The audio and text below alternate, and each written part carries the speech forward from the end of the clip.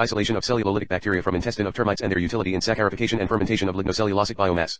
Fermentation of lignocellulosic biomass from cellulolytic bacteria.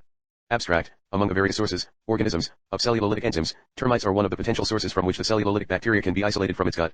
These cellulolytic bacteria produce the cellulolytic enzymes which are used for maximum breakdown of cellulose, lingo-cellulose, and hemicelluloses into glucose molecules, and this glucose is next converted to ethanol by fermentation using co-cultured Saccharomyces cerevisiae. The isolated and screened bacteria in the Congo-red agar media is subjected to hydrolysis capacity test, which is observed a 7 to 7.2 range.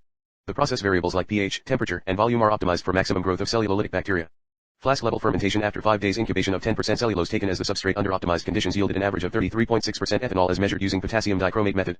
2.5 g/L of crude samples, sugarcane bagasse and corn cobs, were subjected to pretreatment with 4% H2SO4, for optimum cellulose. 100 gm of pretreated samples of sugarcane bagasse and corn cobs yielded 74 ml and 73.5 ml of ethanol at 96 hours incubation, when co-cultured with Saccharomyces cerevisiae. Keywords, cellulolytic enzymes, ethanol, sugarcane bagasse, corn cobs. Introduction. Cellulolytic bacteria can be isolated from many sources like gut of termite, snails, and other organisms. 11.4. Of the numerous aerobic and anaerobic microbes are present in the gut of termites, an emphasis is laid to separate cellulolytic bacteria from the termite's hindgut which have the capacity to break down long chains of cellulose into monomeric glucose molecules. 3.6. Termites are the insects that belong to the class Insecta of phylum Arthropod 10 and classified at taxonomic rank of order Isoptera and are one of the abundant and important vertebrates which degrade significant amount of cellulose in nature. 8.9. In this study, corn cobs and sugarcane bagasse were chosen as the substrate to extract cellulose from. The association of lignin with cellulose and hemicellulose in most dry plants affects the digestion of the lingo-cellulose, hence their separation is essential for enzymatic degradation. 2.13.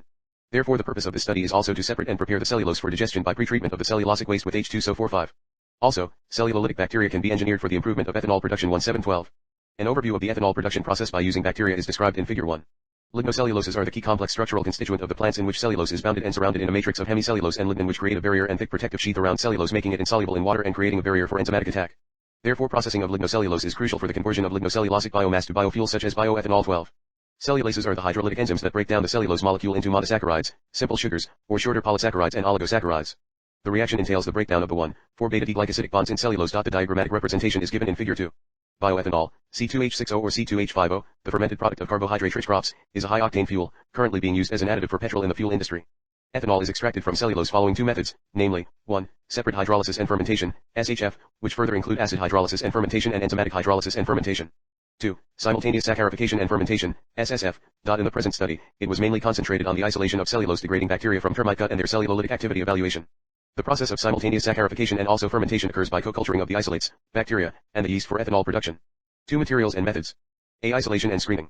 Cellulolytic bacteria is isolated in 0.9% saline solution, Gupta, p. 2012, from the macerated hindgut of the termites collected from the old wooden storage cupboards through serial dilution and inoculated firstly on basal agar media, nano 3 2.5 g, KH2PO4 2 g, MgSO4 0.2 g, NaCl 0.2 g, CaCl 26H2O 0.1 g, agar 15 g, per 1000 ml, with only cellulose as the available carbon source.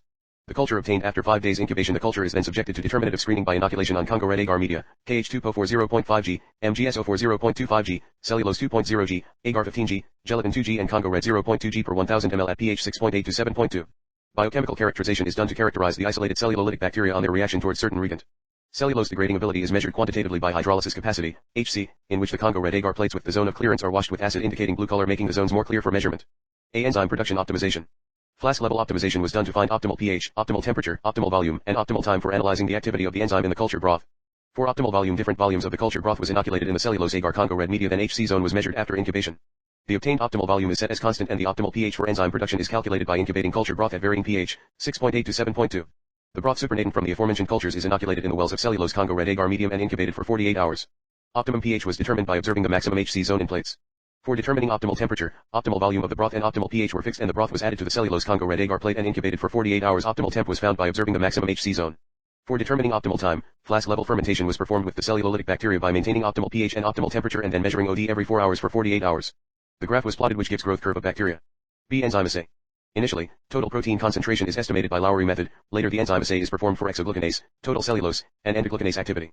Total cellulase activity of fresh cellulolytic bacterial strains was determined and described and expressed in filter paper unit, FPU, per ml of undiluted culture filtrate. 1 FPU is defined as the amount, mg, of reducing sugar liberated per hour under the standard assay conditions, 540 nanometers. Exoglucanase activity was calculated using the formula. The endoglucanase activity was determined by using the colorimetric method as described by Miller, 1959, by DNS reagent method. The principle is based on the determination of the color developed after the reaction between the reducing sugars, glucose, by DNS reagent. Endoglucanase unit was calculated using the formula. The enzymatic hydrolysis of cellulose results in its breakage into monomeric glucose subunits, 110, with V, ratio of 1% acid-treated biomass and 50 mm molar of citrate buffer, pH 4.8, along with the enzyme, 5%, are added and incubated at 50 degrees C for 24 to 72 hours resulting in cellulose degradation to glucose. The OD of glucose is estimated by DNS method at 540 nanometers, against the glucose standards. See Alcohol Assay. Cellulolytic bacterial isolates were grown in 1% cellulose broth medium along with salts and incubated at 37 C, which results in cellulolytic enzyme production by Saccharification procedure. After the incubation, the above cultured broth was co-cultured with Saccharomyces cerevisiae for 5 days to facilitate fermentation for ethanol production, with regular ethanol estimation by K2CR207 reagent method for every 24 hours. Sugarcane bagasse and corn cobs were pre-treated with acid and subjected to bioethanol production by co-culturing with Saccharomyces cerevisiae, which simultaneously undergoes saccharification and fermentation. 3 results and discussion. A. Screening and characterization. The cellulolytic bacteria are isolated, screened and biochemically characterized, indicating as gram-positive bacteria, and the cellulase enzyme screening resulted in the formation of clearance zones, form figure 3 on the Congo-red agar media. Bhc Estimation. Hydrolysis capacity was estimated by acidifying the Congo-red media plate with 1 mH2SO4 so that it gives blue color, and the zones are measured and result as seen in figure 4. A. Optimization and enzyme assay. The process variables, volume, pH, temperature, and time, are set as optimized for the growth and activity of cellulolytic bacteria. Optimal volume for the culture broth, bacteria, is 10 L and the clearance zone of 28 mm, and optimal pH is 8, where a largest distinct zone is observed with 27 mm diameter, and optimal temperature is 35 degrees C with a clearing zone of 29 mm is obtained, and finally, the bacteria activity is highest at optimal time 24 hours from the bacterial curve. The graph is plotted against the time optimization, indicating the maximum enzyme production and activity. Hence all the process parameters are optimized. Total protein concentration is estimated by Lowry method, by plotting the graph against the unknown sample and BSA as the standard. The sample indicated 0.0633 mg/ml protein, and it is further subjected to exoglucanase and endoglucanase enzyme activity. The activity of endoglucanase, exoglucanase was found to be at 0.0155 IU from CMC, carboxymetal cellulose, and 0.004 IU Whatman filter paper, W, for all using formula. See Alcohol Assay. For conclusion. The overall result of this process concludes that the cellulolytic bacteria isolated from the termite gut produces the enzyme, cellulase, which decomposes the cellulose taken as the substrate for ethanol production. A combination of various chemical and biological methods led to the maximum conversion of cellulose to ethanol. The process parameters, volume, temperature, pH, and the time were optimized for the cellulolytic bacteria. The hydrolysis capacity of the bacteria is estimated to be 7 to 7.2. Enzymatic hydrolysis involves the conversion of cellulose to glucose, which on co-culture with Saccharomyces cerevisiae yielded bioethanol. 2.5 G/L of the substrate, sugarcane bagasse and corn cobs, which are pretreated with 4% H2SO4 gave highest cellulose yield. By performing Flask level fermentation with optimized parameters, using 10% cellulose and by co-culture technique yielded an average of 33.5% of ethanol, as estimated by potassium dichromate method. The pre-treated samples of corn cobs and sugarcane bagasse yielded a maximum of 74 ml and 73.5 ml of ethanol respectively per 100 G of the substrate at 96 hours incubation.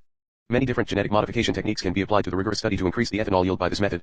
Through rDNA technology, the gene responsible for the production of cellulase enzyme can be incorporated in yeast, or both the gene responsible for saccharification and fermentation can be incorporated into third strain like E. coli for preparation of a single hybrid organism.